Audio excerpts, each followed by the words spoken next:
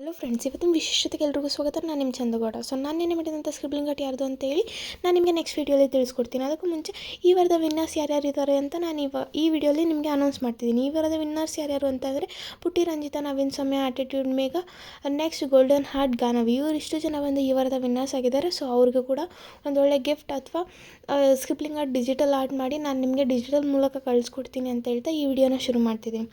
So ನಾನು ಬೆಳಗ್ಗೆ ಒಂದು ಪಾರ್ಸೆಲ್ ಬಂತು. ಸೊ ಪಾರ್ಸೆಲ್ ಬಂದಿದ್ದನ್ನ ಹಂಗೆ ಸೈಡ್ಗಿಟ್ಟು ಮತ್ತೆ ನಾನು ಎಲ್ಲಿ ಹೊರಗಡೆ ಹೋಗೋಣ ಅಂತೇಳಿ ರೆಡಿ ಆದಮೇಲೆ ಬಂದಿರೋ ಪಾರ್ಸೆಲ್ನ ಓಪನ್ ಮಾಡೇ ಬಿಡೋದ ಅಂತೇಳಿ ಸೊ ಅದನ್ನು ಓಪನ್ ಮಾಡಿ ಅದನ್ನು ನೋಡಿ ಆಮೇಲೆ ನೆಕ್ಸ್ಟ್ ನಾನು ಹೊರಟೆ. ಇವತ್ತು ಸ್ವಲ್ಪ ಡೆಂಟಿಸ್ಟ್ ಹತ್ರ ಕೆಲಸ ಆಯ್ತು ಅಂತೇಳಿ ಡೆಂಟಿಸ್ಟ್ ಹತ್ರ ಹೋಗಿ ಸೊ ಅಲ್ಲಿ ನಾನು ಕೆಲಸನ ಮುಗಿಸ್ಕೊಂಡು ಮತ್ತೆ ರಿಟರ್ನ್ ಪಿ ಜಿಗೆ ಬಂದೆ.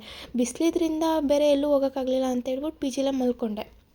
ಆಮೇಲೆ ಬಿಸಿಲು ಕಡಿಮೆ ಆದಮೇಲೆ 3 ಗಂಟೆ ಮೇಲೆ ಕ್ಯಾಬ್ ಬುಕ್ ಮಾಡಿಕೊಂಡು ನಾನು ನೆಕ್ಸ್ಟು ಗೋಪಾಲನ್ ಮಾಲ್ಗೆ ಹೋದೆ. ಗೋಪಾಲನ್ ಮಾಲ್ಗೆ ಒಬ್ಬಳೇ ಹೋದೆ.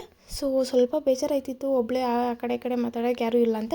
ಸರಿ ಅಂತೇಳಿ ಅಲ್ಲೇ ಪಾಪ್ ಹೈಯಲ್ಗೆ ಹೋಗಿ ಚಿಕನ್ ತಿಂದ್ಕೊಂಡು, ಟೇಸ್ಟ್ ಅಂತೂ ಚೆನ್ನಾಗಿರಲಿಲ್ಲ, ಆದ್ರೂ ದುಡ್ಡು ಕೊಟ್ಟಿದ್ದೀನಲ್ಲ ಅಂಥೇಳಿ ತಿಂದ್ಕೊಂಡು ಮತ್ತೆ ನಾನು ಅಲ್ಲೇ ನೆಕ್ಸ್ಟು ಶಾಪಿಂಗ್ ಮಾಡೋದಂತೇಳಿ ಝುಡಿಯೋಗೆ ಹೋದೆ. ಝುಡಿಯೋಲ್ಲೂ ಸ್ವಲ್ಪ ಶಾಪಿಂಗ್ ಮಾಡಿಕೊಂಡು ಆಮೇಲೆ ಮತ್ತೆ ನಾನು ಮೇಲೆ ಹೋದೆ ಮೈಕಲ್ಸ್ ಐಸ್ ಕ್ರೀಮ್ಗೆ ಹೋಗಿ ಅಲ್ಲೂ ಸ್ವಲ್ಪ ಐಸ್ ಕ್ರೀಮ್ನ ಟೇಸ್ಟ್ ಮಾಡಿದೆ. ಅದು ಕೂಡ ಯಾಕೋ ಇಷ್ಟ ಆಗಲಿಲ್ಲ.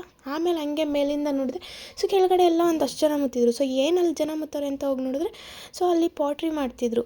ಸೊ ಪಾಟ್ರಿನ ಹಂಗೆ ನೋಡ್ಕೊಂಡು ಅಲ್ಲಿಂದ ಹೊರಟೆ.